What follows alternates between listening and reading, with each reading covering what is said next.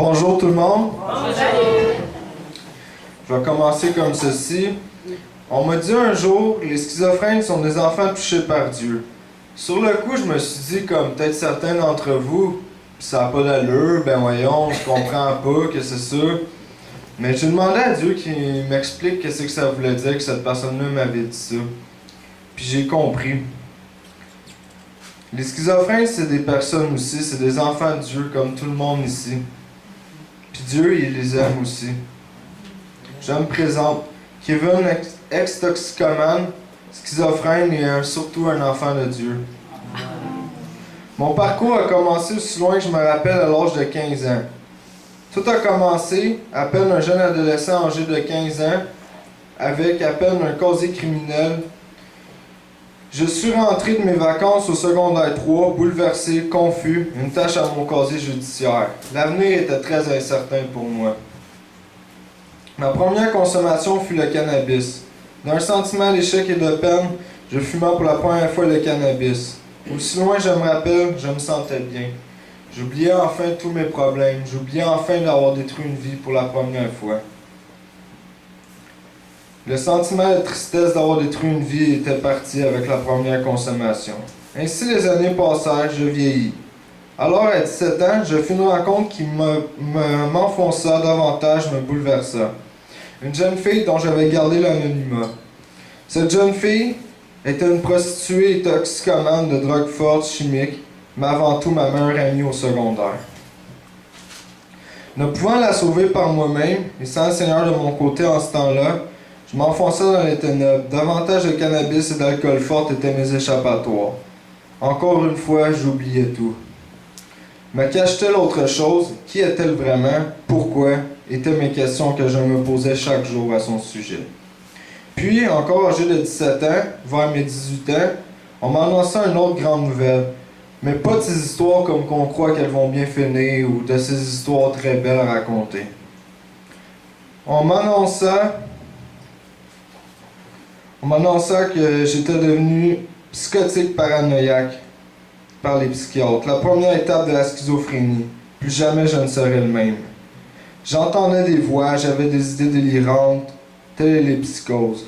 Longtemps je me suis cru pourchassé, traqué comme un animal, comme dans un film on pourrait croire, mais le pire reste encore à venir. 19 ans, je rencontrai une jeune fille dont je vais garder encore l'anonymat, et nous tombons follement amoureux. Elle me parlait de Dieu, mais personnellement je ne voulais pas l'écouter. À cause de mes idées délirantes, mes psychoses, ma maladie mentale, je souligne le mot croyais, qu'elle me parlait d'une secte. Je ne voulais pas trop rien savoir, moi. Mais pourquoi j'étais, avec le temps, attiré par ces gens souriants, chaleureux, amicaux? Ils semblaient être bien dans leur peau. Ils semblaient avoir quelque chose que je n'avais pas encore. Quelque chose que je ne connais plus depuis nombreuses années. Le temps passe et va. Je criais à l'aide et Dieu me répondait et m'aidait. Je commençais un jour à la fois à parler avec lui, me confier, mes joies, mes peines, et je lui donnais ma vie. Il plaça des gens merveilleux, vous tous, sur ma route. 21 ans, qu'est-ce qui m'a amené là? Les chicanes avec mon ex-copine peut-être, les sentiments mal gérés, ça c'est sûr. Car à 21 ans, époque confuse de ma vie, je tombais dans les drogues dures. Je pouvais très facilement prendre plus d'une dizaine de quantités de cette drogue dont j'étais devenu accro. Très vite, et je répète très vite, ce fut l'enfer. Une dizaine de speed drogues stimulantes par jour, de l'ecstasy une bonne quinzaine de fois, de la cocaïne, du cannabis toujours. Je m'enfonçais rapidement, faisais du mal à mes parents qui m'ont refusé chez eux, qui m'ont mis à la porte avec compréhension. J'endommageais ma santé mentale fragile déjà. Pas rare que je pouvais passer 6 nuits, 8 nuits en ligne sans dormir du tout, à consommer, uniquement à consommer. Les gens essayaient de m'aider, mais j'en avais rien à foutre. J'ai même été en désintox une première fois, avant de prendre mes valises et de partir retourner consommer. Voilà où j'en étais rendu. J'étais devenu un itinérant. J'avais un authentique psychopathe à mes trousses pour me découper en morceaux. Sans famille, sans amis, sauf uniquement la consommation, j'étais sur le bord du suicide. Laissez-moi vous dire que l'hiver, c'est très froid. Puis au moment où dans mon escapade de la désintox, mon ami négatif de consommation m'a mis dehors à 6h30 du matin, j'arpentais les rues froides de Saint-Jean. Mais cette fois, c'était différent. J'entends soudain « C'est ça, va-t'en !» Je regarde partout.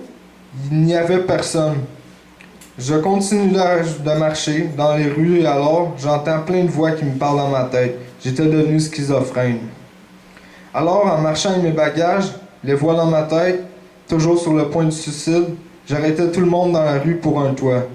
De bons samaritains, et que Dieu les bénisse, me sont arrivés. Ils m'aidèrent à me trouver une chambre d'appartement.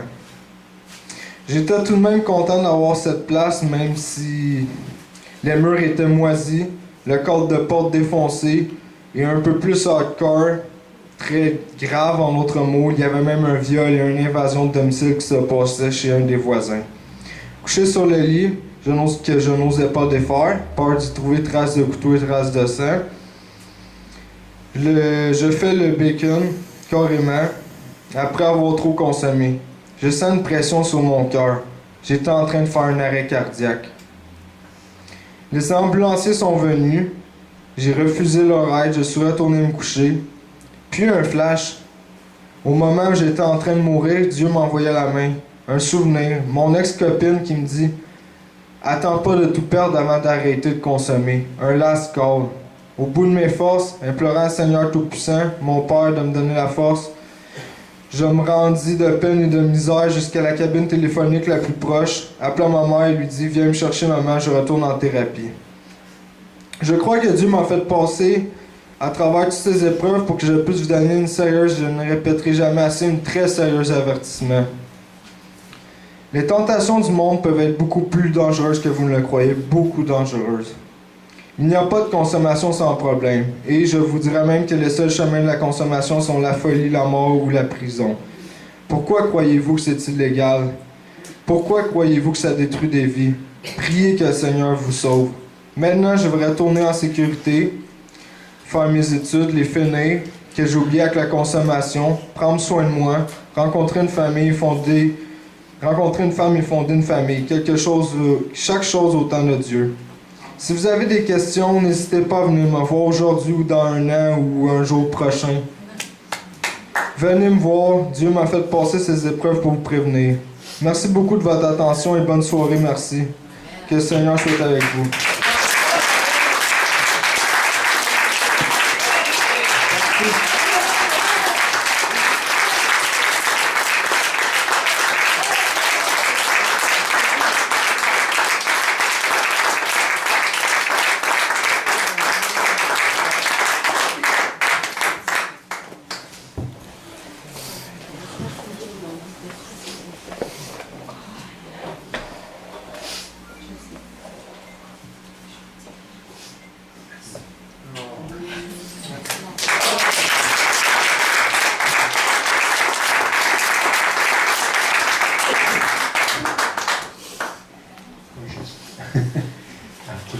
Je vais juste te demander, Kevin,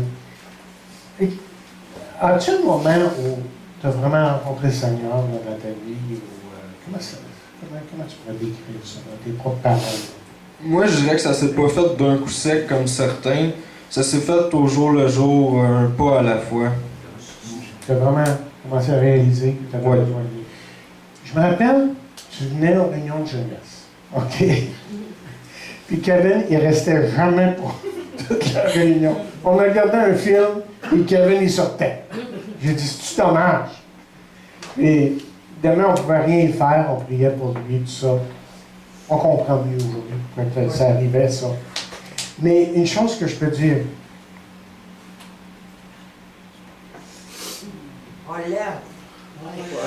c'est qui écoutait. Beaucoup plus qu'on parle. Le Seigneur est venu en son secours. Bravo! C'est vrai.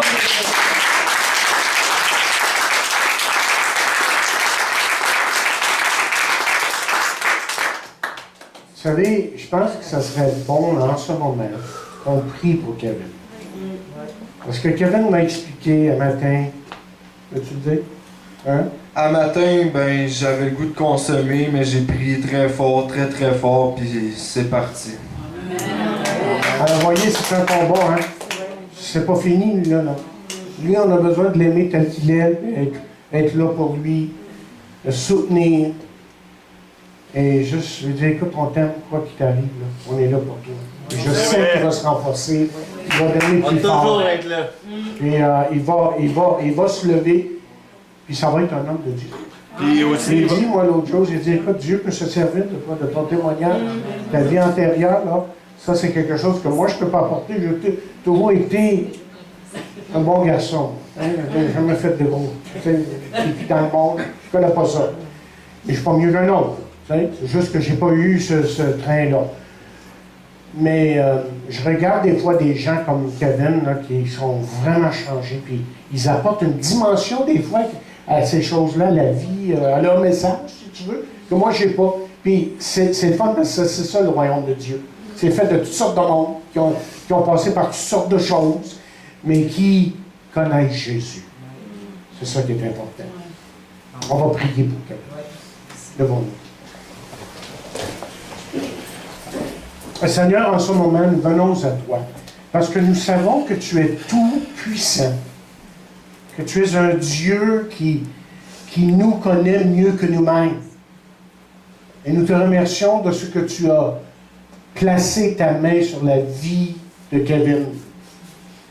Et nous te remercions de ce que son cœur s'est ouvert à toi. Que ton Saint-Esprit est venu et que tu l'as transformé, que tu l'as attiré et qu'aujourd'hui, il est en route, Seigneur, vers une nouvelle vie et qu'il connaîtra au fur et à mesure qu'il progresse des victoires et peut-être des moments plus difficiles. Mais tu es là et nous sommes là pour lui. Et toi, tu es là, tu l'aimes et nous l'aimons aussi. Bénis-le abondamment. Donne-lui la force. Donne-lui la puissance qu'il a besoin pour se relever lorsqu'il tombe. Et qu'il regarde à la croix de Jésus, sachant que c'est à la croix que vient notre victoire, que vient tout ce dont nous avons besoin pour marcher avec toi. Donc, bénis-le et garde-le. Nous le prions dans le nom de Jésus. Amen. Amen.